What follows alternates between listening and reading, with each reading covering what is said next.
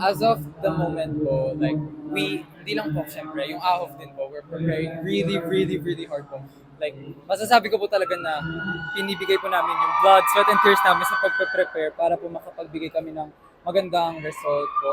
And para na rin po, mapakita rin po sa mga fans and sa mga tao po kung gaano po namin talaga gustong ipakita kung sino po kami as AHOF. And syempre po, hindi lang naman po as AHOF and syempre as a Filipino rin po. How proud are you as a Filipino na maging bahagi ng ako? At ikaw lang yung Pinoy.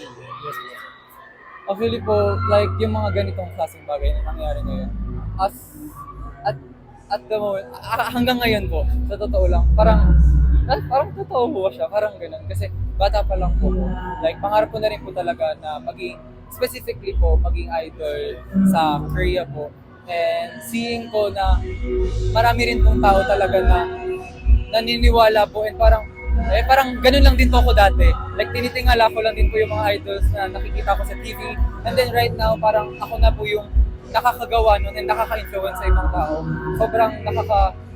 Alam niyo po yung sobrang sarap sa feeling to the point ang sakit sa dibdib. Parang ganun yun. Ganun ka na ba ka-excited na mag-debut next month?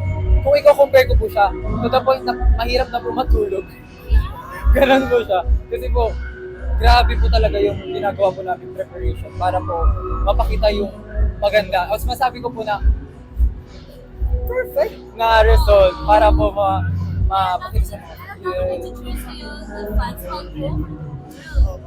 kaya po, lalo po na ngayon po na pabalik-balik din po ako sa Pilipinas. Sobrang excited po ako na isama rin po yung mga members kasi alam ko rin po kung gaano sila ka-excited pumunta dito sa Pilipinas, lalo na po gusto rin po namin ma-meet yung mga fans.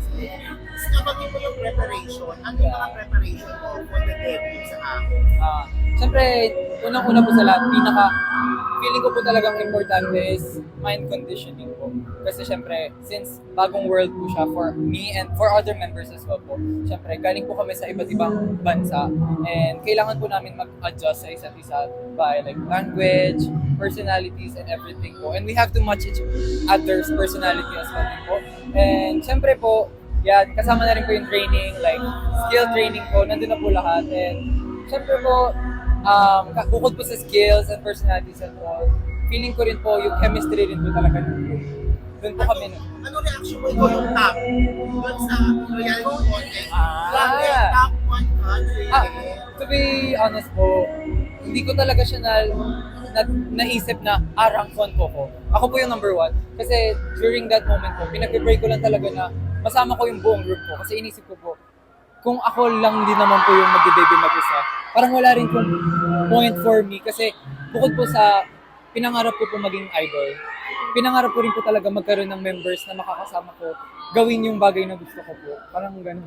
At ikaw yung mga top 3 sa mga judge?